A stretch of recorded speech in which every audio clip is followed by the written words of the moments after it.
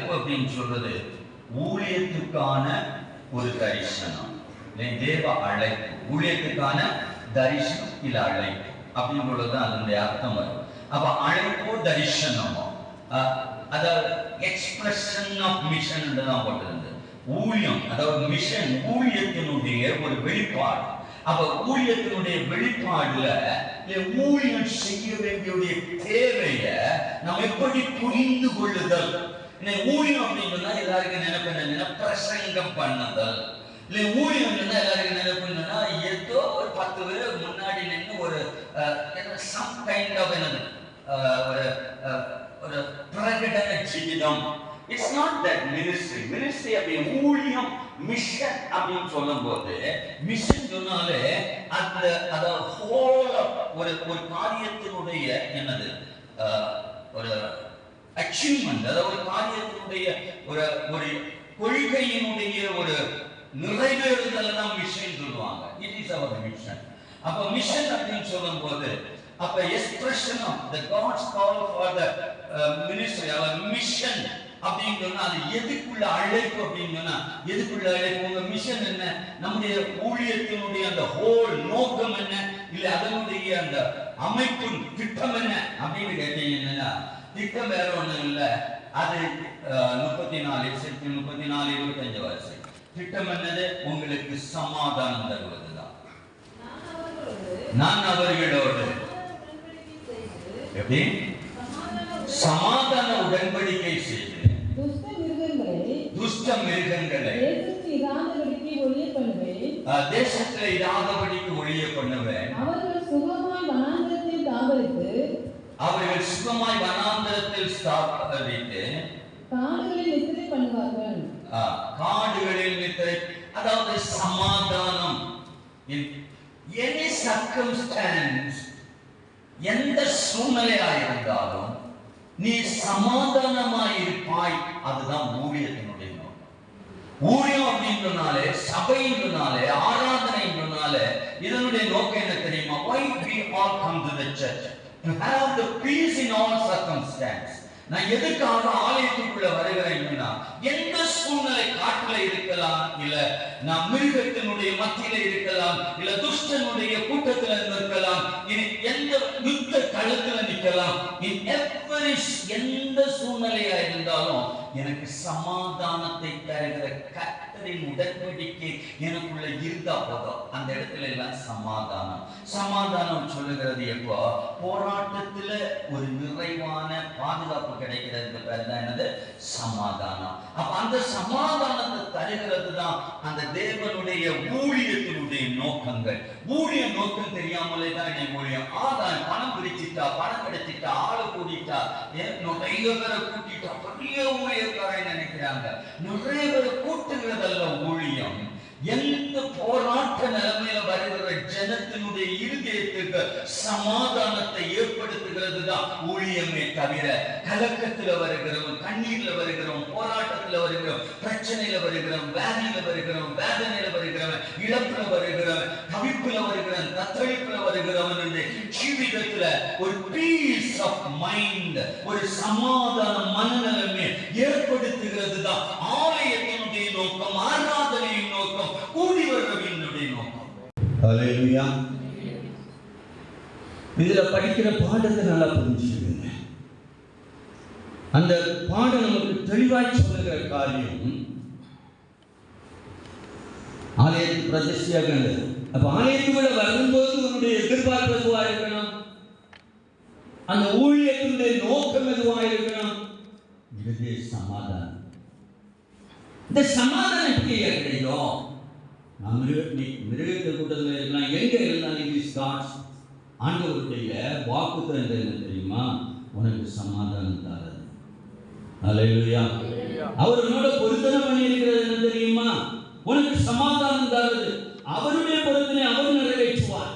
ஆனா அந்த சமாதான ஜீவிதத்தை பெற்றுக்கொள்ளக்கூடிய ஒரு சமப்படம் அவர்கிட்ட இருக்கான்னு எதிர்பார்க்கிறார். அது காரணம் என்னன்னு சொன்னா, இன்னைக்கு சமாதானத்தை பற்றி நமக்கு தெய்வத்தை குறித்த அறிவு இல்லாததுனால நமக்கு சமாதானத்தை குறித்த உணர்வும் இல்லை. தெய்வம் யார் அப்படின்னு நினைக்கிறீங்க? வாசித்த சங்கீதத்தில் ஒன்னாவது வாசிங்க. சகல ஜனங்களே கைகொட்டி தேவனுக்கு முன்பாக கம்பீரமாய் ஆர்ப்பரியுங்கள். ஏன் அது எங்க இருக்கு? இந்த சங்கீதத்தை வாசித்து என்னதான் படிக்க போறோம்? சகல ஜனங்களை கைகொட்டி தேவனுக்கு முன்பாக கம்பீரமாய் ஆர்ப்பரியுங்கள். இந்த கேட்டவங்க ஏதாவது புதுமை தெரிஞ்சவங்க கையை தூக்குங்க பாப்பா. இந்த வசனத்தில் எனக்கு ஒரு புதுமை தெரிகிறது. நீ என்ன வசனம் எங்களுக்கு புதுமையும் தெரியாது, வெறுமையும் தெரியாது. ஒரு காரியத்தை நல்லா புரிஞ்சுக்கிடுங்க. நேற்றை மொழிகாற்றியில் வந்திருந்தா அவங்களுக்கு தெரிஞ்சிருக்கும். அதாவது சபை ஏன் வளரல அப்படின்னா, சபை வளர்ச்சியை பற்றி ஆலய வளர்ச்சி, ஆராதனையின் வளர்ச்சி 8 வருஷம், இங்க மொத்தத்தில் 24 வருஷம் உங்களோட கூட வாழ்ந்துட்டேன். தேஞ்சிருக்கே தவிர வளரல. இன்னைக்கு சபை தேய்யை தவிர வளர்ந்தத 24 வருஷமா உங்கள்கிட்ட போதிச்சுட்டு தான் இருக்கிறேன். மன துக்கத்தோட கூட இந்த 24 வருஷம் ஊழியத்தில் ஆண்டவர் எதுவுமே நடக்கலே வராது. இருக்கிறதெல்லாம் ஓடிதான் போகுது, இருக்கிறதெல்லாம் என்னது பின்மாறுது. காரணம் வேற ஒன்றும் இல்லை.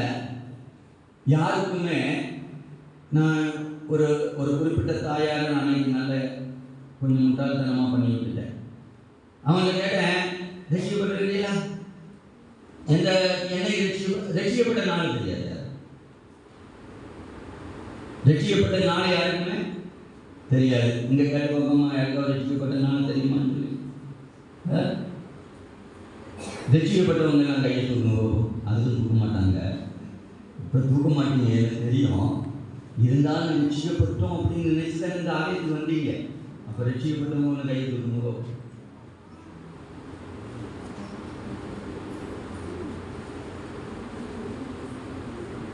நான் என்ன சொல்ல, அப்ப எப்படி இந்த பிரதிஷ்டை நடக்கும்?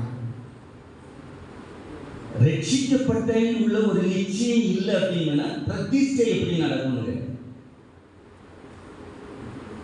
ரட்சிக்கப்பட்டவர் எத்தனை வருஷமா கூட்டம் ஆரம்பிச்சாலே எத்தனை 24 வருஷம் உங்ககிட்ட இருந்தது. 40 வருஷம் இந்த ஊழியத்தில் எந்த நிமிஷம் பார்த்தாலும் ரசிக்கப்படு ரசிக்கப்படு ரசிக்கப்படு ரசிக்கப்படு. ஒரு மனுஷன் கூட ரசிக்கப்படு. அந்த ரட்சி என் வாழ்நாள் வெக்கமாக இருக்கு. 40 79 கூட எத்தனை வருஷம் ஆச்சு முடியும்? 79 89 99 2009 45 வருஷம் ரட்சிக்கப்பட்டாங்க. அதுவும் இந்த பின்னணியில் இருக்கிறவங்க பெந்தேகோஸ்ல போனவன புஷ்ல கையை தூக்குவான், நான் பட்சன்னு போட்டு விட்டுருவேன். அப்படி அவங்க தெரியும். None in the world to be saved by the power of God. அந்த தேவனுடைய நாமத்தில் இன்னும் ரட்சிக்கப்பட்ட ஒருத்தனை இந்தியாவில் நான் காணல. தைரியத்தோட சொல்றேன், including me, who is saved person in India. நீங்க இந்தியாவுக்குள்ள ரட்சிக்கப்பட்ட ஒருத்தன் இல்லை.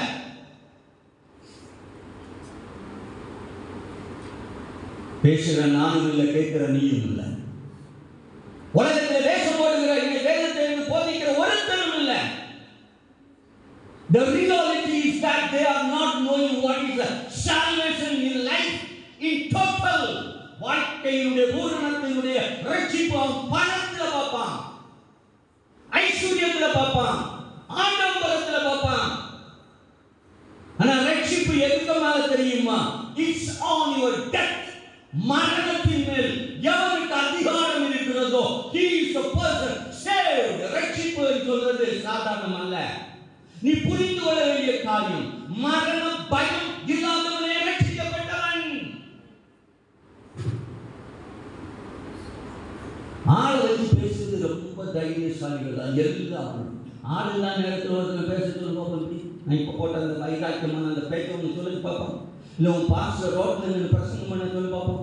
விசுவாசி ஒருத்தரும் இல்லாத இடத்துல போய் நின்றுட்டு தைரியமா பேச சொல்லி பார்ப்போம். சுவிசேஷத்தை தைரியமா சொல்ல பார்ப்போம். இருக்காங்க, நான் இல்லைன்னு சொல்லல, பேசிட்டு தான் இருக்காங்க. ஆனால் பதட்ட இருக்கக்கூடாது. இன்னைக்கு ரட்சிப்பு இல்லாதது காரணம் என்னன்னா, பேசுறாங்க, வைநாட்டத்தில் பேசுற நிறைய ஊழியர்களை பார்த்திருக்கிறேன்.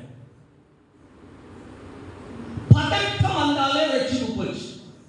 நீ பதட்டம் உனக்குள்ள வந்தீங்கனாலே அவன் வாரவை துணிகரமா நிற்பான். கன்னியாஸ்திரிகளை நிர்வாணமாக்குகிறான், ஊழியர்களை நிர்வாணமாக்குகிறான், ஊழியர்களை அடிக்கிறான், கொலை பண்ணுகிறான், தீ கொடுக்கிறான், என்னெல்லாம் செய்யறான்.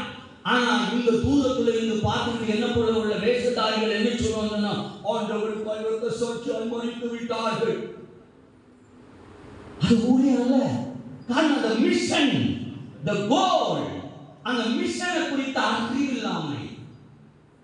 இப்ப அன்னை 32 பேரை சிரியா கடற்கரையில போட்டு வெட்டி கழுத்தை வெட்டி துண்டாக்கி அனுப்புனாங்க. அது 32 யூதர்கள். அந்த அந்த நிகழ்வை பார்த்து எல்லாம் அந்த பதறுகிறோமே தவிர, அந்த 32வது ஒருத்தனை வெட்டினான் பாரு. ஒவ்வொருத்தனை வெட்டி வெட்டி வந்துட்டு இருக்கும்போது அந்த 32வது என்ன பையனுக்கு வயசு 18. அந்த 18 வயசு பையனுடைய அந்த நிலைமை, அந்த முகம் தோற்றம் அப்படியே தலையில இருந்து கீழே வரை கட்டி வச்சிருக்கான். அப்படியே வேர்த்து கொட்டுது. அந்த வேர்வையினுடைய அந்த இரத்த நாளங்கள் வேர்வையா இறங்கிட்டு நிற்குது. அந்த அனுபவங்களை நான் பார்க்கிறேன், அந்த காட்சியில பார்க்கிறேன். அவனுடைய பயம், அந்த பய உணர்வுகள் அவன் சரீரத்தில் வாராக முன்னாடி ஜீவன் போகுது. இவன் வெற்றி முன்னாலே பய உணர்வுனாலே ஜீவன் போயிடுச்சு. நீ ரட்சிப்பு அப்படிப்பட்ட மரணத்துல தான் உருவாகுமா? அதான் கேள்வி. பாருங்க, பேதுரு என்ன சொல்றாரு, நீ இயேசுவை நேரே வச்சு நீ தலையில அடிடா அப்படின்னு சொல்றாரு. எப்ப எல்லா சீசர்கள் பேதுரு அங்க வெட்டிடா கழுத்தை குடித்து தான் மறித்தார். அங்க அவங்களுக்கு பயம் வரவே இல்லை. அவங்க என்ன சொல்றாங்க, சாவனுக்காக கிறிஸ்தனுக்கு ஜீவன் சொன்னாங்களே தவிர ஆண்டவருடைய பிள்ளைகள் யாருமே, ரட்சிக்கப்பட்ட யாருமே மரண பயமற்றவர்கள் மட்டும்தான். ரட்சிக்கப்பட்ட அப்படின்னு ஒருத்தர் சொன்னா the simple word எபிரேயர் 2:15 அதுக்கு மேல ஒரு வசனத்தை நீ தேடவே வேண்டாம். ரட்சிக்கப்பட்ட அப்படின்னு சொன்னா அவன் சொல்லணும் எஸ் according to Hebrew 2:15. என்னது வாசி? ஜீவகாலம் எல்லாம் மரண பயத்தினாலே அடிமைத்தனத்துக்குள்ளான யாவரையும் எப்படி விடுதலை பண்ணும்படி அப்படியானார். அப்ப இயேசு ஏன் மரணத்தை ஜெயிக்கணும்னா வேற ஒண்ணுனாலையும் அல்ல. அதாவது ஜீவகாலம் எல்லாம் பாருங்க, ஒரு காய்ச்சல் வந்தா இல்ல, இன்னைக்கு ஒரு எந்த நோய் வந்தாலும் முதல் நம்முடைய போராட்டம் என்னது, நம்ம சிந்தனை என்னது, செத்து போவேன், காய்ச்சல் குடித்தா செத்து போவேன். என்ன வேலை வந்தாலும் மரண பயம் தான் நமக்குள்ள இருக்கு. அப்ப அந்த மரண பயம் ஒரு மனுஷன்ல இருக்கும் வரைக்கும் அவன் ரட்சிக்கப்பட்டவன் இல்லை. நல்லா பிரசங்கம் பண்ணுவாங்க, நல்ல பெரிய ரீதியில எல்லாம் பேசுவாங்க. ஆனா ஒரு சின்ன தலைவலனை வந்தாலே என்னது, உடனே டாக்டர் தான், உடனே மெடிசன் தான், உடனே என்னது எல்லாம் தெரிஞ்சுவாங்க. அப்ப அதுக்கு அர்த்தமே மரண பயம். மரண பயம் தான் நம்ம ரட்சிக்கப்பட்டது இப்போ ப்ரூஃப் ஆகிருக்கும்னு நினைக்கிறேன். இப்போ நான் ரட்சிக்கப்பட்டதுனால ஒரு சபையில் போனதுனால நீ ரட்சிக்கப்பட முடியாது, ஒரு கூட்டத்தில் இருந்ததுனால நீ ரட்சிக்கப்பட முடியாது, ஒரு பிரசங்கம் கேட்டதுனால நீ ரட்சிக்கப்பட முடியாது. நீ தேவ ஆவியினுடைய அபிஷேகம் உனக்குள்ளே நிறைந்து மரணத்தின் மேலுள்ள சிந்தனை மாற்றப்பட்டிருந்தார், மரண பய சிந்தனை மாற்றப்பட்டிருந்தால், யாரெல்லாம் மரணம் வேணும்னு விரும்புகிறாங்களோ, இப்போ கெடிகட்ட நேரத்தில் இப்போ எல்லாரும் கை தூக்குவாங்க. இப்போ முத்தையா இப்போ மரணம் வேணுமா கேட்டால் ஆமான் படாமல் கையை தூக்கிடுவார். ஏன்னா பூமியில் என்னத்தை இருக்கு அப்படின்னு நினைப்பார். அவருடைய இனி என்னத்தை என்ன ஆச்சு என்னத்தான் வந்தாச்சுனாலும் சரி அதெல்லாம் நாங்கள் தைரியமாக கையை தூக்குன்னு சொல்லுவார். ஆனால் உண்மையை பார்த்தா இருதயம் எப்பவுமே இருந்தது டப்பு டப்புன்னு அடிக்கும். எது வரும்போது அந்த மரண நேரம் வரும்போது அந்த பயம், அந்த பீதி, அது அந்த முகத்தில் தெரியும். இந்த மரித்து கிடக்கிற பாடியில் நான் முதலாவது போய் பார்க்கறது அந்த முகத்தை போய் பார்ப்பேன். அந்த மொத்தம் பார்க்கறது ஏன்னா எனக்கு அந்த முக எக்ஸ்பிரஷன் தெளிவாக ஒரு பாடத்தை படிப்பிக்கும். ஐயா எப்படி இறந்துருக்கிறார் அப்படின்னு. பயத்தில் இறந்தாரா இல்லை சந்தோஷத்தில் இறந்தாரா? பயந்த சந்தோஷத்தில் இறக்குறது ரொம்ப சுருக்கமான நபர்கள். மேக்சிமம் மரணத்தில் சந்தோஷப்படுகிறது யாரு? தன்னுடைய வீடு எங்கே இருக்குன்னு தெரிந்தவர்கள். அல்லேலூயா. சந்தோஷம் இது இப்போ முடியாது, பெரிய வீடு வாழ முடியாது, செத்துதான் தீரணும், அதுக்காக சாகுறேன். அப்படி சாகக்கூடாது. எனக்கு ஒரு வீடு, இந்த ஆத்மா இன்னொரு இடத்துக்கு போகுது. இந்த யாத்திரை பண்ணி வரும்போது சந்தோஷமாக வந்தேன்னு சொன்னால, அதே போல என்னுடைய யாத்திரை சந்தோஷத்தின் யாத்திரையாக இருந்தால், அல்லேலூயா, அந்த அனுபவம் இருந்தால் இந்த டெடிகேஷன் ஓகே, இந்த சமர்ப்பணம் ஓகே, நம்ம ஒப்பு கொடுத்திருக்கிற இந்த சபை ஊழியம் ஓகே. அதுக்கு தான் இந்த சபை ஊழியமே, வேற எதுக்கும் அல்ல. சரி, நான் இப்போ சப்ஜெக்டை கொஞ்சம் விட்டு வெளியே போகிறது போல இருக்கு. சப்ஜெக்டுக்கே வந்துடுறேன். இப்போ அந்த பாடம் ஒன்று படித்தோமே, அந்த வசனம் வசித்தமே, சகல தினங்களே கைப்பற்றி தேவனுக்கு முன்பாக கம்பீரமாக ஆர்ப்பரிங்கன்னு சொல்லியிருக்கேன். அது எதுக்கு அப்படின்றதா பார்த்தீங்களா? அதை ஏன் கம்பீரமாக ஆர்ப்பரிக்கணும்? முதலாவது தேவனுக்கு முன்பாக உள்ளதை புரிஞ்சுக்கணும். தேவனுக்கு முன்பாக இப்போ எல்லாரும் எங்கே இருக்கிறீங்க? தேவனுக்கு முன்பாக இருக்கிறோமா? நம்ம இப்போ எங்கே உட்கார்ந்து இருக்கிறோம்? அக்கார்டிங் டு காட், பைபிளின் பிரகாரம் ஆண்டவர் சொன்னார் 2-3 பேர் எங்கே கூடினாலும் அங்கே இருக்கிறோம். இப்போ நம்ம மதுவை பார்த்துக்கிட்டு, சிலுவையை பார்த்துக்கிட்டு, இந்த அடையாளங்களை பார்த்துட்டு உட்கார்றதுனால அடையாளம் தான் என் முன்னாடி இல்லை, ஆவியானவர் முன்னாடி நின்று கொண்டு இருக்கிறார், தேவன் முன்னாடி நின்று கொண்டு இருக்கிறார். அதனால இங்க என்ன சொல்லியிருக்கு? தேவனுக்கு முன்பாக நீ எப்படி இருக்கணும்? கம்பீரமாய் ஆர்ப்பரிக்கிற அனுபவம். இந்த கம்பீர ஆர்ப்பரிப்பு அப்படி வரணும்னா முதலாவது தேவனை தெரியும். அல்லேலூயா. ஆர்ப்பரிப்பு எப்போ வரும்? அவர் தெரிஞ்சிருந்தா எனக்கு வரும். அவர் யாருன்னு நினைச்சீங்க? தேவன் யார்? எப்படிப்பட்டவர்? தேவன் யார்? தேவன் யார்? தேவன் யார்? தேவன் யார்? இவ்வளவு நேரம் என்ன போட்டு பேசிட்டு, தேவன் யார்? ரட்சிக்க வல்லவர். தேவன் யார்? ரட்சிக்க வல்லவர். தேவன் யார்? நீதியை தரிப்பிக்கிறவர். தேவன் யார்? கிருபையை பொழிகிறவர். தேவன் யார்? உண்மையும் உத்தமத்தையும் தரித்திருக்கிறவர். Do you have that God in you? That's the question. இந்த தேவன் உனக்கு இருக்கிறாரா? நீ தெரிந்து கொண்டாயா இந்த தேவனை? அவர் யார்? நான் யார் ஆர்ப்பரிக்கணும்? என் தேவன் யார்? ரட்சிக்க வல்லவர். என் தேவன் யார்? நீதியை தரிப்பிக்கிறவர். என் தேவன் யார்? கிருபையை பொழிகிறவர். என் தேவன் யார்? அவர் உண்மை உத்தமத்தையும் சுதந்தரிக்கிறவர், சொந்தமாக்குகிறவர்.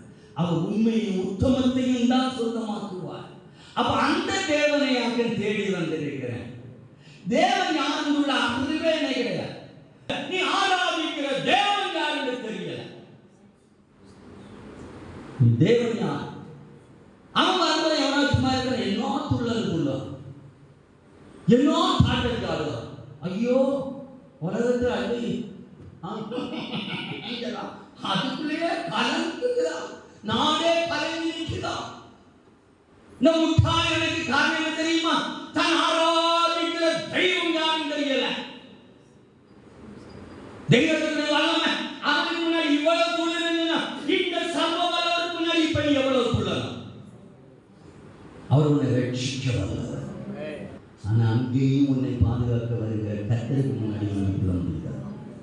அந்த ஜீவனை அவனால் மாற்ற முடியாது.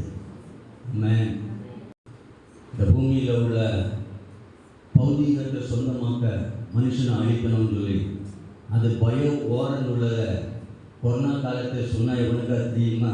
இந்த வேதத்துக்குள்ள இருக்குன்ற எடுத்துக்காட்டுனா எவனா புரிஞ்சியா? நீ புரிஞ்சதே கிடையாது. இன்னும் யுத்தம் வரதான் போகுது. த நெக்ஸ்ட் வார், அடுத்த யுத்தம். நீ யுத்தம்னா இந்த பாலஸ்தீனாவில் நடக்கிறது தான் யுத்தம் நினைச்சுக்கிடுவேன். யுத்தம் அதல்ல. பயோவார்ன்னு சொல்கிறது கெமிக்கல் வார் இல்லை, பயோவார். பயோவார்ன்னு சொல்கிறது கொள்ளை நோய்களை அனுப்பிவிட்டது. கொசு என்ன உனக்கு வீட்டில் வந்து நினைச்சியா? கொசு ஒரு வகையான என்னது, அவன் அனுப்பின யுத்த களத்தினுடைய ஒரு ஆயுதம் தான் கொசு. இனி அழிக்கவே முடியல. அன்னைக்கு அவன் நினைச்சான் கொஞ்ச நாளையில நினைச்சிடலாம், அழிச்சிடலாம் தான் உருவாக்குனான். கொசுன்னு ஆண்டவர் உனக்கு படைச்சது இல்லை. கொசுவெல்லாம் விஞ்ஞானிகள் உருவாக்கின சாதனம். நீ நினைச்சிட்டு இருக்கிற கொசுன்னு ஆண்டவர் படைச்சிருக்காரு. ஆண்டவர் எனக்கு உறங்க முடியல, கொசு கடிச்சது ஆண்டவர். கொசு ஒன்றும் கடிக்க ஆண்டவர் என்ன சொன்னாரு? நீ மிருகங்களுடைய மத்தியில தூங்கும் போது சமாதானமாய் தூங்க வைக்கிற தெய்வம் என்று சொல்லி எசேக்கியேல் 34:25 சொல்லி இருக்கும் போது, இனி ஒரு கொசு கடியில கூட சமாதானம் இல்லாம உறக்கமற்று வாழ்கிற உன் வாழ்க்கைய கொஞ்சம் யோசித்து பார்க்கணும். நம்ம நினைச்சிருக்கிற கொசு ஆண்டவர் படைச்சிருப்பாரு. ஆண்டவர் படைக்கவே இல்லை. அது மனுஷன் உண்டாக்குன ஒரு பயோவா. அல்லேலூயா. அதே போல நிறைய காரியங்கள் இந்த பூமியில உனக்கு சமாதான இன்மை உண்டாக்கியிருக்க அனைத்துமே கிரியேஷன் ஆஃப் மேன், மனுஷனால் உருவாக்கப்பட்டவைகள். நம்ம நினைக்கிறது போல இதெல்லாம் இல்லை. தேவன் உனக்கு வைத்திருக்கிறது சமாதானம் மட்டும்தான். தேவன் யாருக்குமே சமாதானம் கேட வியாதிகள் உனக்கு எத்தனையோ வகையான வியாதி. எதனால நீ சாப்பிட்ட ஆகாரத்தினால தான். நால் த ஃபுட் நீ என்ன சாப்பிட்டாலும் இப்போ என்ன பர்கர் சாப்பிட்டதெல்லாம் கை, பர்கர் ருசி பார்த்தவங்கெல்லாம் கை, பர்கர் நான் நினைச்சேன்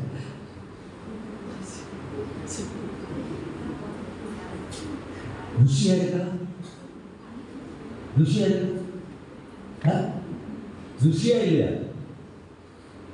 இவ யார் ஆளு?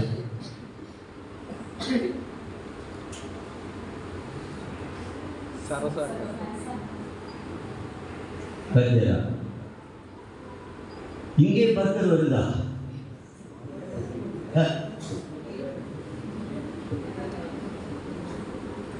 வேற என்னது?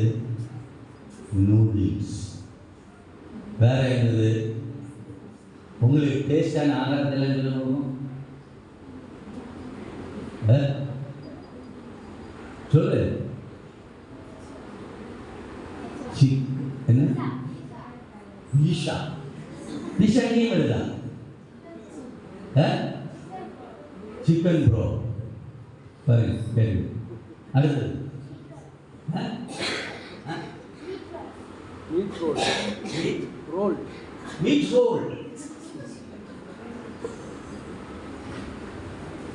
நீ எல்லாம் சொல்றத நான் இதுவரைக்கும் டேஸ்ட் பண்ணதே இல்லை. நம்புவியா? நீ எல்லாம் சொல்றத நான் இந்த நிமிஷம் வரைக்கும் என்ன செய்யலை. அதுதான் இப்போ என்னது 66 எப்படி நினைக்கிறேன். நீ எனக்கு 66 வருவியாண்டு உள்ளவங்க சந்தேகம். நீ 66 வருவியாண்டு உள்ளது கூட சந்தேகம். உனக்கு 20-30 போகும்போது தின்னு எவ்வளோ வேணுமே இருந்தது. சில 20-30 அடிச்சுட்டு போயிடும். 20 வருஷம் கூட வாழ முடியாது. இந்த நிமிஷம் வரைக்கும் நீங்கள் சொல்கிற எந்த ஒரு ஆகாரத்தையும் நான் டேஸ்ட் பண்ணதே கிடையாது. எந்த பொய்யும் இல்லாமல். ஏன்? எல்லாமே விஷம். எல்லாமே உன்னை அழிக்கக்கூடியது. எல்லாமே உன்னுடைய வாழ்க்கையை சிதைக்கக்கூடியது. உலகம் உன்னை சிதைக்கும், தேவன் உன்னை வாழ வைக்கிறார். அதனால நீங்க எல்லாம் நினைக்கிறது போல இப்படி ஒரு வாழ்க்கை இது பெரிய மேன்மை நினைக்காத கூடாது. இனிமே எந்த பிள்ளையும் வாங்கிக்கப்பியா சாகனமே தின்னுவோம், அவ்வளோதான் சொல்ல முடியும். உடனே எனக்கு சாகனம் அதை விஷத்துக்கு வாங்கி தின்னு இல்லாமா அதில் எந்த வித நன்மையும் இல்லைன்னு உள்ளது எத்தனை பேருக்கு தெரியும்னு எனக்கு தெரியும். வாங்கி கொடுக்குற பெற்றோராவது, அதாவது ஆயுஷ் தேவன் தருகிறது, அதை அழிக்கிறதும் ஒரு பாவம். அதை அழிக்கிறதும் நீ இந்த 70 வயசு உனக்கு 70-80 பலத்தின் அது எவ்வளவு தந்தாலும் இல்லை, அது வரைக்கும் வாழ வேண்டியது உன்னுடைய கடமை. தேவன் தந்த ஆயுஷ் நாட்கள் வரைக்கும் நீ வாழ வேண்டியதும் உன்னுடைய கடமை. நீ நினைக்கிற எனக்கு வாழவே பிடிக்கல, நட்சத்திரம். That is the indication you are the great sinner of the world. இந்த உலகத்தில் இருக்கிற பெரிய பாவிகள பாதாளத்தின் ஆசை உருவாகும். நீ மனம் திரும்பாம போன உனக்கு கிடைக்கிறது பாதாளம். உன் ஆத்மா போறது பாதாளம். சாவ விரும்புகிறத அந்த சாவ விரும்பினால் மரண பயம் இல்லாம இருக்கணும். சாவின் பயம் அல்ல எனக்கு தேவை, சாவின் ஒழுக்கம் எனக்கு தேவை. ஹல்லேலூயா. பயம் வரக்கூடாது, ஒழுக்கம் வரணும். 70 ஆன உடனே ஆயத்தம் ஆயிடணும். 70 65 ஆன உடனே என்ன செய்யணும்? ஆயத்தமாகணும். தெரியாது, 120 வருஷம் உண்டு. நீ நினைக்கிற வரை 70 வருஷம் இல்ல, 120 வருஷம் கர்த்தர் சொல்லி இருக்கிறார். தேவனுடைய வார்த்தையில சங்கீதத்துல தான் 70 பலத்தின் மீதியால் என்பது. ஆதியாகமத்துல போன ஆண்டவர் இனி வாழ போற நாட்கள் எல்லாம் 120 வருஷம் தானே தான் சொன்னார். அப்ப 120 வருஷம் எவ்வரி மேன், எல்லா மனுஷனும் எல்லா ஜீவனும் வாழலாம் உள்ள அந்த திட நம்பிக்கை உருவாகணும். அப்ப அதை அழித்தா, அதை எப்படி அழிக்கிறோம்? இப்படிதான் அழிக்கிறோம், அறியாமையினால். பிள்ளைகளுக்கு இந்த பர்கரு, இந்த நூடுல்ஸ், ரோலு, ராலு, தாளு இதெல்லாமே, அதாவது ஒரு மாமிசத்தை வெட்டினா கரெக்டா அந்த மாமிசம் எவ்வளவு நேரத்தில் தீர்ந்திருக்கணும்? 4 மணி நேரத்தில் அந்த மாமிசம் உன் சரீரத்துக்குள்ள போனால் மட்டும்தான். அதுக்கு மேல அந்த மாம்சத்தை நீ என்ன பக்குவப்படுத்தி வச்சு நாள் கணக்கா அதை பாதுகாத்து அதை நீ பதமிட்டு அதை பிள்ளைகளுக்கோ இல்லை நீயோ சாப்பிடும் போது அது உன் சரீரத்துல விஷமாய் மாறுமே தவிர அது உன்னுடைய சரீரத்துல போஷக ஆகாரமாய் மாறவே மாறாது. அவர் மாடை வெட்டினால், ஆடை வெட்டினால் 4:30 5 மணி நேரத்துக்குள்ள அதை எழுதி இருக்கணும். குக் செய்யப்பட்டு சமையல் பண்ணப்பட்டு அந்த சமையல் பண்ணப்பட்ட ஆகாரமும் வரும் உனக்கு 4 மணி நேரத்தில் சாப்பிடுறதுக்கணும். இன்னைக்கு கொஞ்சம் நெட்டை வாங்கின இறைச்சி கொஞ்சம் இருந்தது, அதனால நான் இன்னைக்கு ஒன்றும் வைக்கல, பிள்ளைக்கு இறைச்சி கொடுத்தேன். ஆனா பிள்ளைதான் என்னோட கண்ணு தள்ளி ஆஸ்பத்திரி கொண்டு போயிடுது. புட் பாய்சன் வந்துருச்சு. இறைச்சி எந்த இறைச்சா இருந்தாலும் சரி, பிராய்லர் சாதனம் உன் வீட்டுல வாங்கினாலே சாவ வருத்துகிறேன்னு அர்த்தம். அது டேஸ்டா இருக்கையாது, ஒண்ணும் செய்யாது. அந்த டாக்டர் சொன்னா, டாக்டர் வாங்கின தொகை உனக்கு தெரியுமா? எவ்வளவு ரூபா வாங்கிட்டு அதை பொய்யா சொன்னாங்க. இப்படி வருஷத்துல அதை கண்டுபிடிச்சவன் சொன்னா, நான் பெரும் பாவம் செய்தேன். அது என்ன செய்யும் சொன்னா, அது தலைமுறை இல்லாமல் ஆக்கும். இன்னைக்கு பிள்ளை இல்ல அது தலைமுறையை நாசமாக்கும். அது இரண்டாவது என்ன செய்யணும்னா, பொதுவே சாதா இன்ஜெக்ஷன், அதாவது வேற நோய்களுக்குள்ள இன்ஜெக்ஷன் எல்லாம் உன்னுடைய மாம்சத்தின் வழியாக தான் பிரவேசிக்கும். அது எந்த வகையான அந்த இன்ஜெக்ஷனோ நேர ரத்தத்துல போய் அப்படியே ஒட்டிக்கிடும். கோலிங்ல தான் இருக்கும், ரத்தத்துல அது ஓடிட்டு தான் இருக்கு. யாரெல்லாம் இன்ஜெக்ஷன் போட்டியோ அது ரத்தத்துக்குள்ள ஓடிட்டே இருக்கு, ரத்தம் நிக்காது. ரத்தம் எப்பவுமே ரன்னிங்ல இருக்கும். அந்த ரன்னிங் பார்ட்ல தான் அந்த ரத்தமும் அந்த இன்ஜெக்ஷனுடைய அந்த அணுக்களும் நிற்கும். இது இப்போ ஒரு இடத்துல ஒரு அடி வாங்கிச்சுன்னு வச்சுக்க, உன் உடம்பு கட்டியான ஒரு அடிப்பட்டு அந்த அந்த அந்த இன்ஜெக்ஷன்ல உள்ள அந்த அணு அப்படி ஓடிட்டு இருக்கிற இடம் இப்படி பிளாக் ஆச்சுன்னு வச்சுக்க, அது செத்து போகும். ரகசியம் இவ்வளவுதான், வேற ஒன்றும் இல்லை. அது செத்துதுன்னா மொத்த ரத்தத்தையும் எனக்கு கட்டி ஆகி. இப்ப அந்த இன்ஜெக்ஷனுக்கு ஜீவன் இருக்கு, அது உன்னுடைய ரத்தத்தோட சேர்ந்து அந்த மீனை தண்ணியில போட்டா ஓடுது இல்ல, அதே போலதான் அந்த இன்ஜெக்ஷன் இப்ப நம்ம ரத்தத்துக்குள்ள அப்படியே ஓடிட்டு இருக்கோம். அப்ப ஓடிட்டு இருக்கிற ரத்தம் ஏதோ ஒரு காரணத்தினால பிளாக் ஆச்சுன்னு வச்சுக்க, அது அடங்கிருச்சுன்னா இதுக்கு இத்தனை நிமிஷம், அதாவது ஒரு அதாவது நான் நினைக்கிறேன், என்னுடைய நான் படித்தது தெரியா இருந்தா அது 6 மணி நேரத்துக்கு தான் அந்த ஏதோ பிளாக் ஆன இடத்துல என்ன செய்யும், உயிரோட இருக்கும். 6 மணி நேரம் இருக்கும். அதுக்குள்ள பிளாக் ஓபன் ஆகலன்னு வச்சுக்க, அது செத்து போகும். அது செத்த அந்த செகண்ட் உன் சரீரத்தில் உள்ள எல்லா ரத்தத்தையும் என்ன செய்யலாம், ஒரே வச்சு. இப்ப ரத்தத்தினுடைய மொத்த கண்ட்ரோல் அதுக்கு கைக்குள்ள தான் இருக்கு. இன்ஜெக்ஷன் போட்டவனுடைய எல்லாருடைய உடம்பினுடைய ரத்தத்துக்கு கண்ட்ரோல் யாருக்கும் உனக்கு இன்ஜெக்ஷன் கையில தான் இருக்கு. அது வீட்டுக்கு உறைஞ்சு இது செத்த உடனே ரத்தம் ஆகுது. இப்ப ரத்தத்துக்குள்ளேயே இப்ப ரத்தத்தை ஆப்ரேட் பண்றதுதான் யாருக்கு வேலை? அது எவனுக்காவது தெரியுமா? எந்த விஞ்ஞானியாவது உனக்கு வந்து சொன்னானா? அதெல்லாம் படிச்சு சொல்றேன்னா முட்டாளா இருக்கும் உனக்கு. நான் சொல்லும் போது உனக்கு முட்டாள்தனமா தோணும்.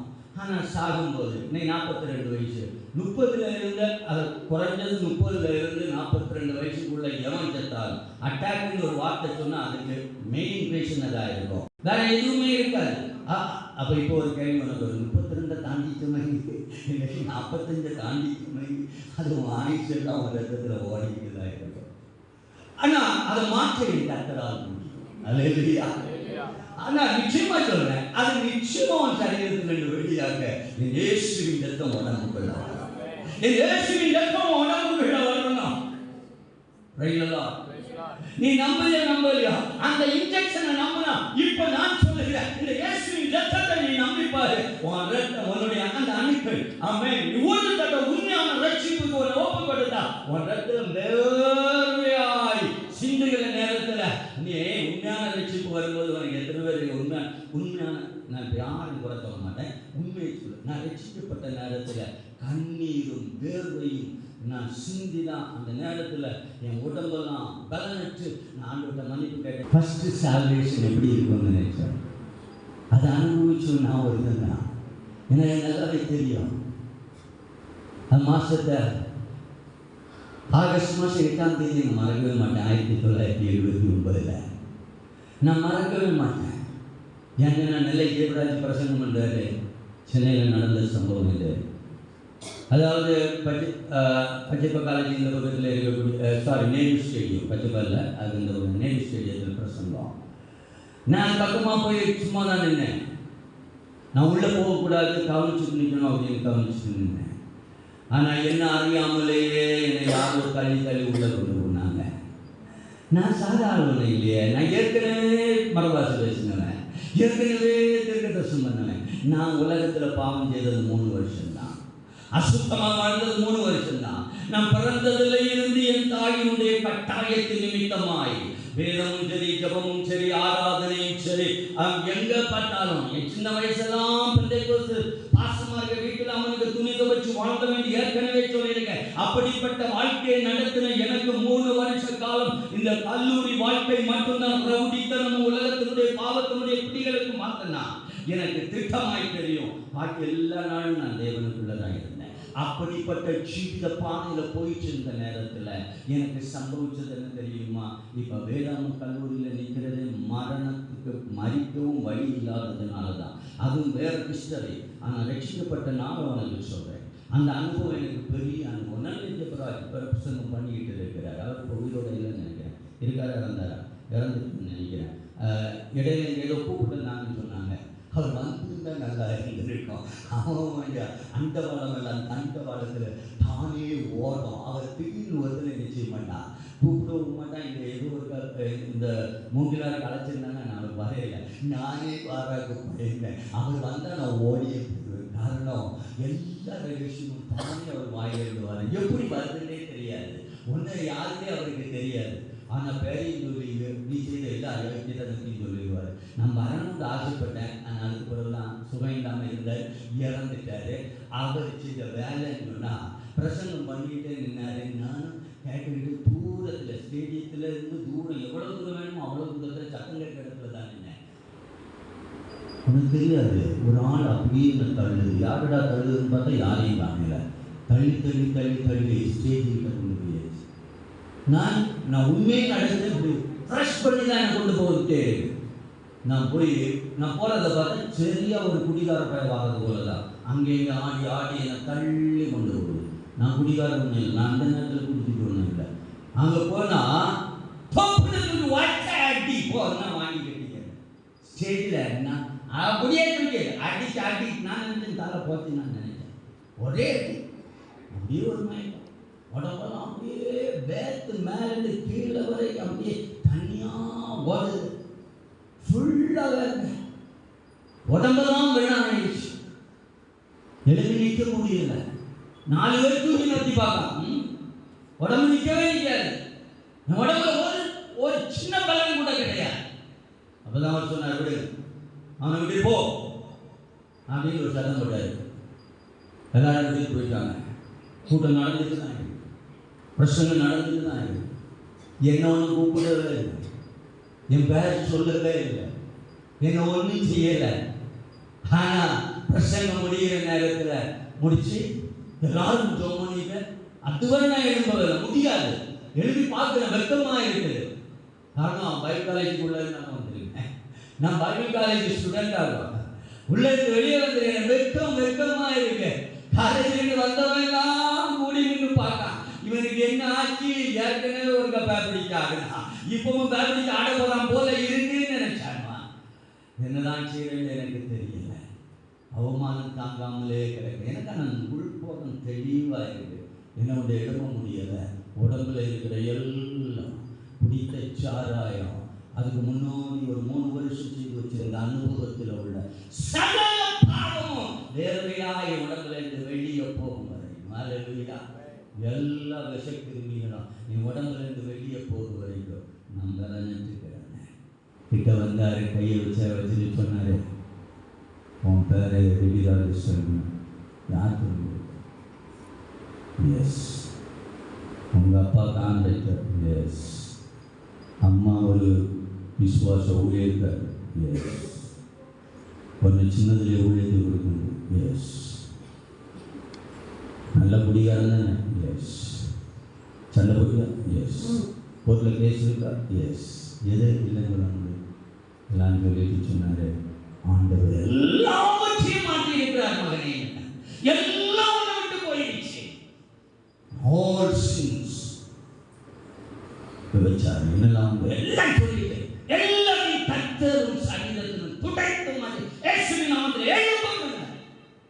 சாடி எழுப்புன்னு முட்டு போட்டேன். ஆமென். அந்த அனுபவம் எனக்கு வந்தால் அதுக்கு ஒரு பாவம் தங்காது வருதுங்க. பாவம் செய்யணும்னு ஆசை வராது வருதுங்க. உண்மையான ரட்சிப்புக்கு ஒரு பாவம் செய்ய ஆசையே வராது. இச்சையான உணர்வுகள் வரவே வராது. பாவ மோகங்கள் வரவே வராது. இதை எவ்வளவு இதுவரை புரியலை. ரட்சிக்கப்பட்டேன்னு சொல்லுவான், அதுக்கப்புறம் ஒரு விபச்சாரம் பண்ணிட்டு பிரசங்கம் பண்ணுவான், ஜெபம் பண்ணுவான், ஊழியம் நடத்துவான், எல்லாம் செய்வான். அவனை புரிய சொல்லுவாங்க, இதெல்லாம் தான். பாவ உணர்வு வராது. நீ தொட்டாலும் வராது, நீ தட்டினாலும் வராது. ஹல்லேலூயா, ஹல்லேலூயா. பார்வை பாவம் போல தோணும், ஆனால் வாழ்க்கையில் பாவ உணர்வு வராதுமா. அந்த வாரத்துக்கு ரொம்ப பாடுபடுவது ரட்சிக்கப்பட்டவர்களுக்கு. ஆனால் இந்த ரட்சிப்பை நீ பெற்றுக்கொண்டால் மட்டும்தான் உனக்கு நித்திய ஜீவனை தவிர நினைச்ச நேரத்தில் எல்லாம் சுவாபமாக இருக்கிற ரட்சிப்பு பற்றியா, அந்த ரட்சிப்பு உன்னை தேவ சமூகத்தினுடைய பரிபூர்ண சமப்பணத்துக்கு அனுமதிக்காது. ஆமென். நீ அனுமதிக்க முடியாது. அதனால அதான் பிரச்சனையே. இந்த அனுபவம் இல்லாதவன் எல்லாம் பிரசங்கம் பண்ணி நடக்கிறதுனால தான் நீ கண்ணீர் விட்டவொன்னு அவனை ரசிக்கப்பட்டாங்கன்னா, நீ கண்ணீர் விடும் போதே நான் என்ன நினைப்பேன், ரசிக்க ஒன்றும் படையலை, இவன் இன்னும் ரசிக்கப்பட வேண்டியது இருக்கு. ஹல்லேலூயா. ஏன்னா அவருக்கு முன்னாடி எப்பவும் சந்தோஷம்தான்.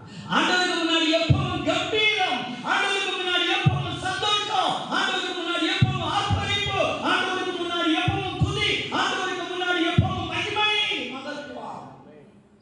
ஹல்லேலூயா. இது பிரதிஷ்டை நாள். வந்த உடனே வீட்டுக்கு போதான். இது 8வது வருஷம். அது உயிர்ப்பின் வருஷம், ஞானத்தின் வருஷம், இது மாற்றத்தின் வருஷம், இது தேவ கிருபையின் வருஷமாய் இந்த வருஷம் மாறணும். ஹல்லேலூயா. அவசரமாக இருக்கு. யாராவது இருக்கிறீங்களா? நான் திருவிருந்த லேட் ஆகினேன்னு சொன்னால், திருவிருந்து கொடுக்கப்பட நின்று பிரசங்கம் பண்ண எனக்கு முடியலை. என்னதான் சொல்லிட்டு எனக்கு ஒன்று தான் அப்படின்னு நினைச்சிட்டு தான் இது திருவிருந்துக்கு முன்னாடி ஒரு சரி பண்ணிட்டு என்னை கொடுத்து பார்ப்போமே அப்படின்னு திரும்பவும் நினைச்சேன், பேசிட்டேன். ஹல்லேலூயா, ஹல்லேலூயா, ஹல்லேலூயா, ஹல்லேலூயா, ஹல்லேலூயா. Praise the Lord, praise the Lord. பாருங்க எப்படி தாழுதுன்னு பாருங்க. ஒரு ஊழியக்காரன் வேண்டாம் வேணும் தாழும். எந்த ஒரு வகையிலே யதார்த்தமாக ஜீவிக்க தெரியாத ஒரு கிறிஸ்தவ வாழ்க்கை. சரி, இப்போ படிச்சீங்கல்ல, அங்கே என்ன பார்த்தோம்? தேவனுக்கு முன்னாடி ஏன் கம்பீரமாக நிற்க வேண்டும் அப்படின்னு சொல்லி பார்த்துட்டு இருக்கிறேன். இது ஏன் கம்பீரமாக நிற்கணும்? அவர் யாருடைய அர்த்தம் இருந்தால் நான் கம்பீரமாக நிற்பேன். அவர் ரட்சிக்க யோகியன், அவர் நீதியை உருவாக்குகிறவர், அவர் நீதியை தருகிறவர், அவர் கிருபையை பொழிகிறவர், அவர் என்ன செய்கிறவர்? உண்மை உத்தமத்தை தரிப்பிக்கிறவர். தரித்தவர் நான் சொல்லல, உனக்கு தரிப்பிக்கிறவர். அல்லேலூயா. உண்மை உத்தமத்தை எனக்கு ஆடையாய் எனக்கு உருவாக்குகிறவர். அல்லேலூயா, அல்லேலூயா. எனக்கு உண்மை உத்தமத்தை என்ன ஆடையாய் உருவாக்குகிறவர். அதனாலதான் அந்த தேவன் யார் தெரியுமா? அடுத்த வசனத்தில் சொல்லு, அவர் மகாராஜ், மகத்துவமான ராஜா. அடுத்த வசனத்தில் என்ன சொல்லியிருக்கு? ஜனங்களை தன் வசப்படுத்துகிறார் அப்படின்னு அர்த்தம். ஜனத்தை தனக்கு நேராக இழுத்துக் கொள்ளுகிற தேவன், வெறுக்கிற தேவன் அல்ல. ஜனங்களை ஒதுக்கி வைக்கிற தேவன் அல்ல. எந்த க்ஷணமா இருந்தாலும் தன்னோடு சேர்த்து கொள்ளுகிற தேவன். ஆமென். என் தேவன் யார்? அவர் எல்லாரையும் சேர்த்துக் கொள்ளுகிறவர். நீ இந்துவா இருக்கலாம், முஸ்லிமா இருக்கலாம், நீ யூதனா இருக்கலாம், நீ கிரேக்கனா இருக்கலாம், நீ தமிழனா இருக்கலாம், நீ மலையாளியா இருக்கலாம், நீ எவனா எந்த whatever your race and caste and religion, நீ எந்த பாகையை சேர்ந்த நபராக இருந்தாலும் சரி, என் தேவன் யார்? சகலரையும் சேர்த்துக் கொள்ளுகிறது. அங்க எந்த விதமான காஸ்டிசமோ, எந்த விதமான ரேசிசமோ, எந்த விதமான ரிலிஜியனோ, எந்த விதமான மத பேதமோ இல்லாதபடி சகல பேரையும் சேர்த்து பிடிக்கிற ஒரு சர்வ வல்லமை உள்ள ஒரு சிருஷ்டிதாவாகிய தேவன். ஹல்லேலூயா, ஹல்லேலூயா, ஹல்லேலூயா. தேவனை பற்றி முதலாவது தெரிஞ்சுங்க. என் தேவன் யார்? அவர்கிட்ட ஏன் வரும்போது நான் என்ன செய்யணும்? சந்தோஷமாக இருக்கணும், கம்பீரமாக இருக்கணும். ஐயா நான் பாவி, உனக்கு பாவம்னு அவருக்கு பெருசே கிடையாது. ஹல்லேலூயா. நீ எப்படி இருந்தாலும் சரி சந்தோஷத்தோடு வந்தால் உன்னை ஏற்றுக்கொள்ளுகிறேன். அடுத்த ஒரு வசனத்தை வாசி என்ன சொல்லியிருக்கேன்? தமக்கு பிரியமான யாக்கோபின் சிறப்பான தேசத்தை தமக்கு சுதந்திரமாய் தெரிந்தளிப்பார். ஹல்லேலூயா. ஆண்டவர் என்ன செய்கிறவர்? அடுத்தது பிரியமானவர்களுக்கு நிறைவான நன்மைகளை கொடுக்கிறவர். சுதந்திரமாய் உனக்கு ஆமென் பிரியமானவர்களை நிறைவாக்குகிற தேவன். அப்பா இதுல புரிஞ்சுக்க, நான் தேவனுக்கு பிரியமா இருந்தா என் வீட்டுல கஷ்டம் சொல்ல முடியாது. என் தேவனுக்கு நான் பிரியமா இருந்தா என் வீட்டுல போராட்டம் சொல்ல முடியாது, வேலை இருக்காது. ஏன்னா அவருக்கு சுதந்திரத்தை என்ன செய்கிறவர்? தெரிந்தளிப்பவர். உனக்கு என்ன சுதந்திரம் வேணும், தேசத்துல என்ன நன்மை வேணுமோ சகல நன்மையும் அவருக்கு பிரியமானவர்களுக்கு கொடுக்கிற தேவன். என் தேவன் சாதாரண தேவன் அல்ல. அவர் பிரியப்பட்டு விட்டால் தேசத்தையே உனக்கு சொந்தமாக்குகிற தேவன். ஹல்லேலூயா, ஹல்லேலூயா. நீ நான் பாவப்பட்ட ஒரு பாவி போலதான் ஒன்றும் இல்லாமல் வறுமையில தான் வந்திருக்கணும்னு நம்ம எப்படி சொல்லல. வேதத்தில் ஆண்டவர் தெளிவாக சொல்லி வைக்கிறாரு. முதலாவது நீ தேவனை தெரிந்துட்டா அவர் மகாராஜான் உள்ளதை புரிஞ்சுட்டா அவர் சகல பேரையும் சேர்த்து பிடிக்கிறவரில் உள்ள சிந்தனை உனக்குள்ள வந்துட்டா அவர் பிரியப்படுகிற நபராக நீ மாறிட்டா உன்னை சகல சுதந்திரம் every blessing will be bestowed on your life. ஒரு ஆசீர்வாதம் கூட தர மாட்டார். ஹல்லேலூயா. 7 வருஷம் இந்த சபைக்குள்ள தரித்திரம் பஞ்சம், இன்னும் தரித்திரம் பஞ்சம் தான் பாடுதிய காரணம் நீ தேவனுக்கு பிரியம் இல்லை. ஹார்வெஸ்டிங் எதுக்கு நான் சம்பாதிக்கணும்னு நடத்தல. If you are blessed by God, நீ தேவனால் ஆசீர்வதிக்கப்பட்டிருந்தால் ஹல்லேலூயா அது ஆசீர்வாதத்துக்காக தெரிஞ்சுவிட ஊழியர் இல்லை. அப்போ கொஞ்சம் போல காப்பியில் மட்டும்தான் ஆசீர்வதிச்சிருந்தார் போல. காப்பி கொட்டையினால் ஆசீர்வதிச்சிருந்தார். வேற என்னது அவர் பெஸ்ட். அவர் ஆசீர்வாதம் எல்லாத்தையும் தான் தருவார். உனக்கு ஆடுல மாடுல, உனக்கு விருட்சத்தில், உனக்கு கோயிலில், உனக்கு வீட்டில், உனக்கு உழைப்பில் சகலத்திலே ஆசீர்வாதம் தருகிறார். ஏன் நீ ஆண்டவருக்கு பிரியமானது? நான் அந்த ஆலோசனை வைக்கிறதே அதுக்குதான்.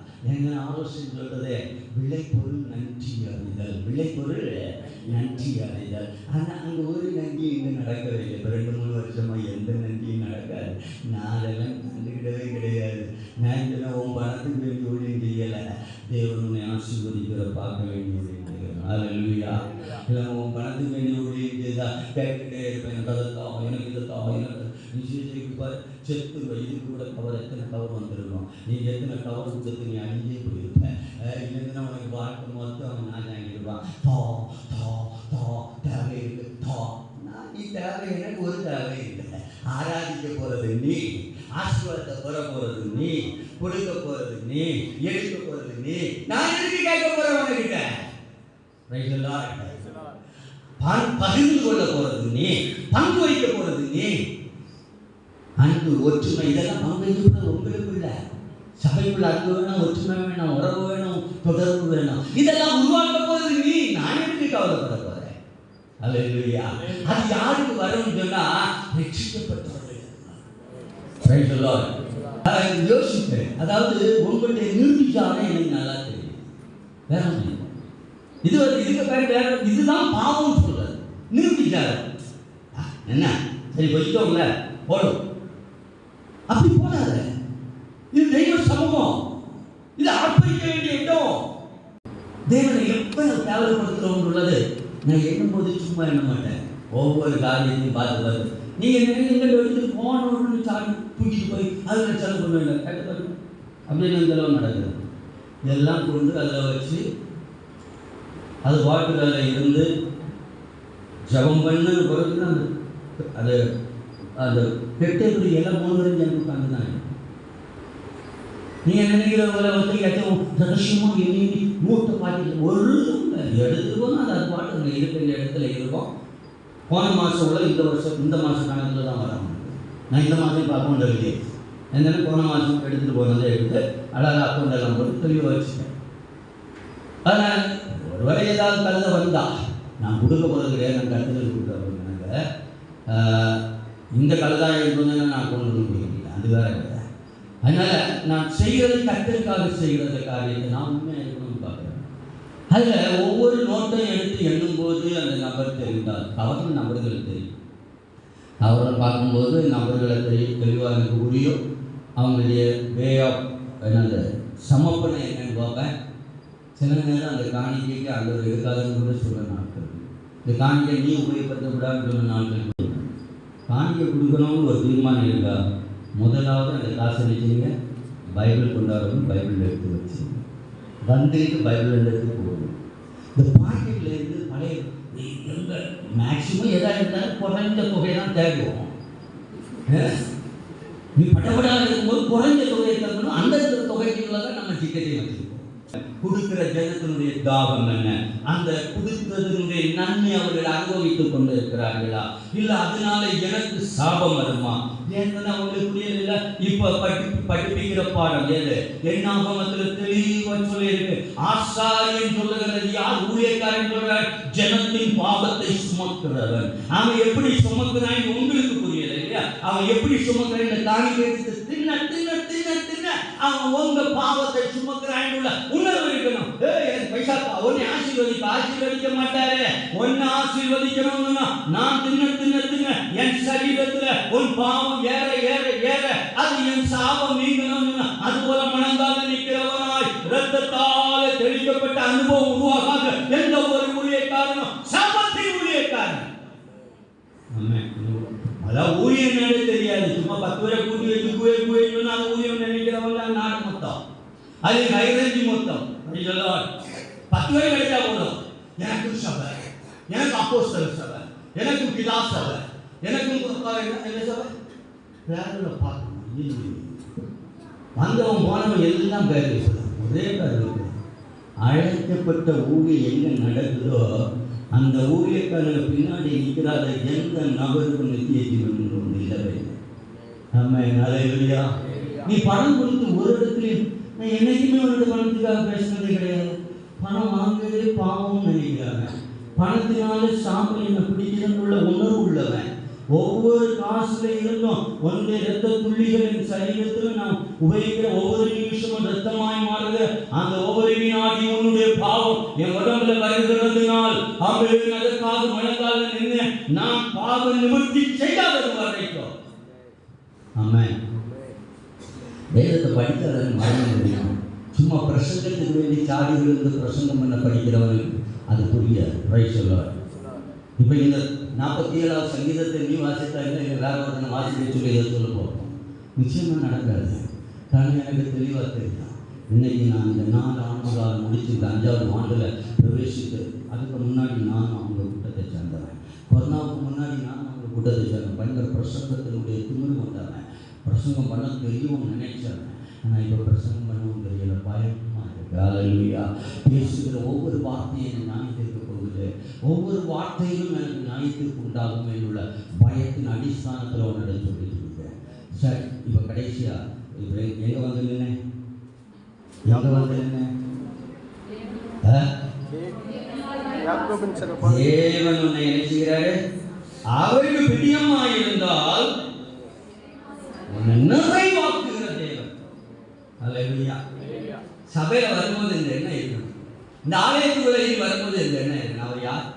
ரட்சிக்கிறவர்.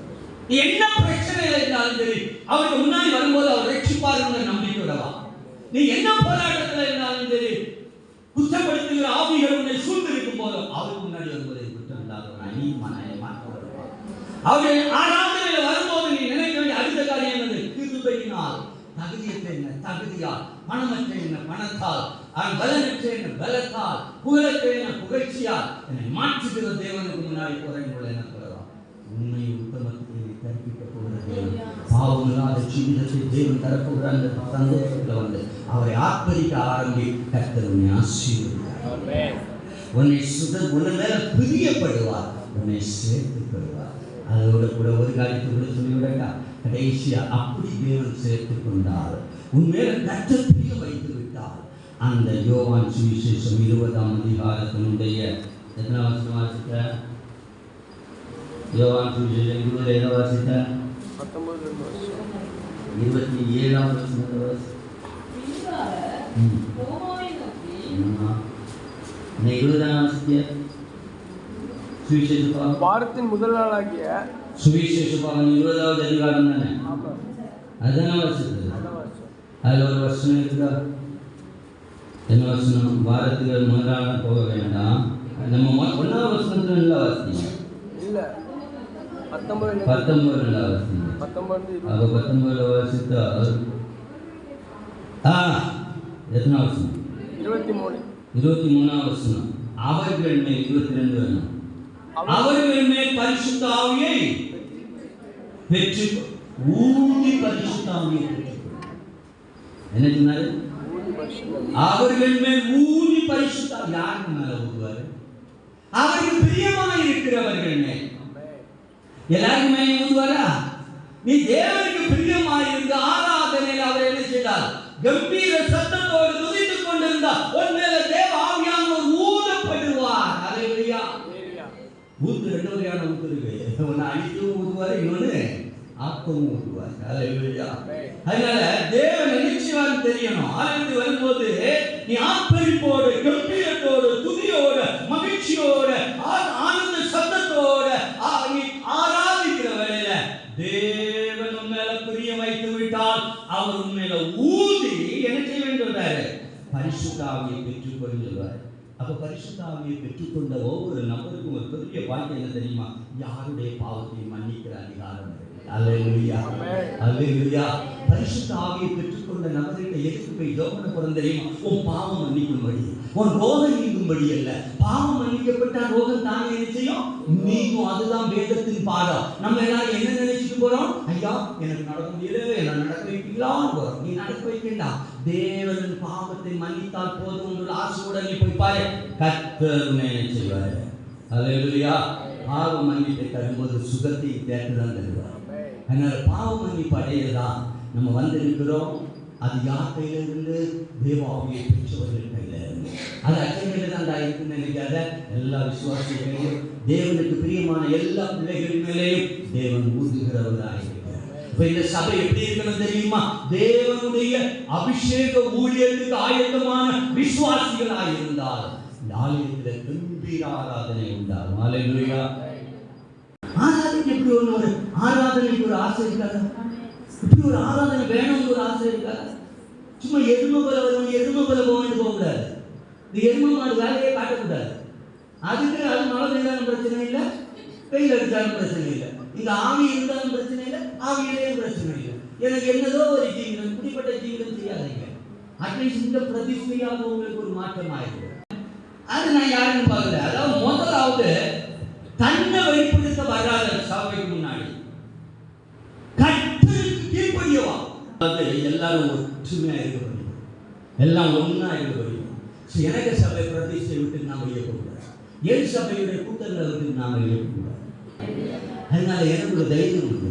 ஆனால் மனுஷன் வசனத்தால் தான் ரட்சிக்கப்பட்டாங்க, ஊழியக்காரனால இந்த மிஷினாலே இல்லை. அதனால தான் நான் இதை பற்றி என்னது கவலைப்படாமலே போயிட்டு என்னைக்கு தான் இந்த ஜனம் வசனத்துக்கு தங்களை சொல்லி கொடுப்பார்கள். நீ மியூசிக் எப்படி போட்டாலும் மியூசிக் நல்லா ஒழுங்காக இதே ஆர்கனையும் ஒரு வருஷம் இவன் ஒழுங்காக இருந்த இடத்துல வந்து இந்த சர்ச்சில் ஆளு போதாமல் இவனை போல உனக்கு அல்லேலூயா. இது ரொம்ப ஞானம், இது ஞானம் வேணுங்க. சபை பிரதிஷ்டை பண்ணணும்னு சொன்னால் போதாது. இதெல்லாம் நினைச்சு யோசித்து சிந்தித்து செயல்பட்டிருந்தீங்கன்னா இந்த 8 வருஷத்துல இன்னும் எக்ஸ்டெண்ட் பண்ணி இங்கே எக்ஸ்டெண்ட் பண்ண முடியாது, இங்கே தான் நினைக்கிறோம் எக்ஸ்டெண்ட் பண்ண வேண்டியது வந்துருக்கும். 8 வருஷத்துல தேஞ்சு தான் போயிருக்கிறோம். நம்ம எக்ஸ்டெண்ட் பண்ணக்கூடிய அளவில் வரையலை. அது காரணம் நம்ம சபையில டெடிகேஷன் இல்லை. இன்னைக்கு பரவாயில்ல ஆரம்பித்த திரும்ப ஐயா, அதாவது தெரியும் அவன் மனம் திரும்பி இருந்தால் அங்க உட்கார்ந்து உட்கார்ந்து இருப்பான். வேஷம் போடுகிறவரையும் வசனம் ஏறல, வசனம் யாரும் இல்லை, கொஞ்சம் கூட நல்ல இருதயம் உள்ள பிள்ளை. உண்மையை சொல்றேன், உங்களுக்கு இருதயம் நல்ல இருதயம், கலக்கப்பட்ட இருதயம் கிடையாது, சாபத்தின் இருதயம் கிடையாது, பாவத்தின் இருதயங்கள் கிடையாது. ஆனா துஷ்டங்கள் கைக்குள்ள இருக்கிறார். அவன் கையிலிருந்து வெளியே வரணும். இவங்களை எப்படி கொண்டு வர்றது? அது முதல் சபை யோசிக்கலாம். இந்த நல்ல ஒரு ஆராதனை நடக்கிற நேரத்தில் இந்த பாடல்கள் தங்களை அறியாம, துதி தங்களை அறியாம, துதிக்கிற வேலை தங்களை அறியாம அவங்க ஒப்புக்கொடுங்க. இங்க இப்படி ஒரு ஆளு திருந்தாமல் உள்ள வந்தா சரியானா எனக்கு அடிந்து கொள்ளுதல் மட்டும்தான் இருக்குமே தவிர அந்த பக்கவாட்டில் வர வேண்டிய அந்த சைடு ஆராதனைகள் இல்லாத ஒரு சபை. நீங்க நினைக்கிறது அச்சங்க பிரசங்கம் மட்டும் இல்லை, ஒன்றும் இல்லை. கூட்டத்தில் பாடுகிற பாடல்கள், கூட்டத்தில் நீங்க வாசிக்கிற வேத வாசிப்புகள், சில நேரம் இந்த பிள்ளைகள் எழுந்து வாசிக்கிறதுனால திடீர்னு யாருடைய இருதயமாக தொடப்படும். அதனாலதான் யாருடைய வாசிப்புல யார் சமர்ப்பணத்தோட வாசிக்கிறாங்களோ அந்த வாசிப்பு மற்றவங்களுக்கு போடும். இதெல்லாம் புரிஞ்சுக்கிடுங்க. இது ஜீவன் உள்ள வசனம், இதுக்கு ஜீவன் இருக்கு. வானமும் பூமியும் ஒழியும், ஆனால் அந்த வேதம் ஒரு நாள் அழியாது. அது உண்மை. அந்த உண்மையை உனக்கு நான் நிரூபிக்க முடியும். ஆனால் அதுக்கு நேரம் இல்லை. இப்பவுமே விட்டா நல்லது, எது கையா போட்டா அதுக்கு போல அப்படி யாருக்கு பார்க்குறான்னு தெரியுமா? 2-3 பேர் பார்க்கறது இது அழுத்தப்படியா ஏன் அப்படின்னு பார்த்துட்டு இருக்காங்க. நான் அழுத்த வேண்டிய ஒரு கட்டாயத்தில் இருக்கிறதுனால கழுத்தறத்து தான் தெரியணும். நீ அபிஷேகத்துக்குள்ள வர்றது கட்டுடைய ஆவியானவர் சொன்னது உண்மையே. இனி குடிகாரம் இந்த கூட்டத்துக்குள்ள இருப்பதில்லை. வருஷம் முடிய அதுக்குள்ளாடி காட்டிக்கிட்டே இருந்தான். அன்றைய திரும்ப வந்துகிட்டு இருக்காங்க. இப்போதான் அவங்க எங்கே வரக்கூடாது, கூட்டத்துக்கு வரக்கூடாது, நான் செய்வது தப்பு அப்படிங்குள்ள அந்த உணர்வு இப்போ வரதே கிடையாது. அதில் வராததுனால நான் சந்தோஷமாக இருக்கேன்னு நினைக்காத, கத்திர கால திருப்பணுங்கிற சந்தோஷத்தில் குடிக்கிறவன் வராதுன்னு உள்ளது நிர்பந்தமான காரியம். காரணம் ஒரு குடிகாரங்களை உட்கார்ந்து வச்சுக்க தேவ ஆவியாளர் ஆசீர்வாடவே மாட்டார். நம்ம நினைக்கிறோம் அங்கே ஆண்டவர் ஆசீர்வாடுவார், அது அச்சங்கிட்ட இருந்த வாழ்வார், அச்சம் இருக்கிறது. இங்கே நான் சுமந்துட்டு வந்தவங்க அவர் இறங்கி போயிடுவார். நீ உனக்கு வேலையை பாரு, நான் போகிறேன் பாட்டுக்கு. நீ இப்படிப்பட்ட கூட்டத்தில் இருந்து வீடு நான் என் வேலை என் வேலையை பார்த்து நான் போகிறேன் இப்படி அவர் சொல்லிட்டே இருப்பார். ஆசீர்வாதர் ஆவியாளர்களுடைய கூட்டத்தில் ஒரு குடிகாரம் இருக்கிறார், அந்த கூட்டத்தில் ஒரு பெருசாரக்காரர் இருக்கிறார், அந்த கூட்டத்தில் வேற ஒரு பாவத்தை சீக்கிரம் இருக்கிறாங்கன்னா கத்தர் அந்த இடத்தை விட்டு தானே போயிடுவார். அல்லேலூயா. நீ நினைச்சிருக்கிறது தான் காரணமே இதுதான். அதாவது நம்ம கத்தரோட வாழணுங்கிற ஆசை இல்லை. நமக்கு நாம் நினைத்தது போல தெய்வமே தானே ஓடி அப்படி ஒரு ஆசை ஒன்றும் தெய்வம் ஆசீர்வதிக்கிறார். நம்ம நினைச்சிருக்கிற விதத்தில் கொஞ்சம் ஆசீர்வதிக்கிறது. அதனால நாமே இதயத்தோடு கூட தெய்வ சமூகத்தில் நம்ம ஒவ்வொரு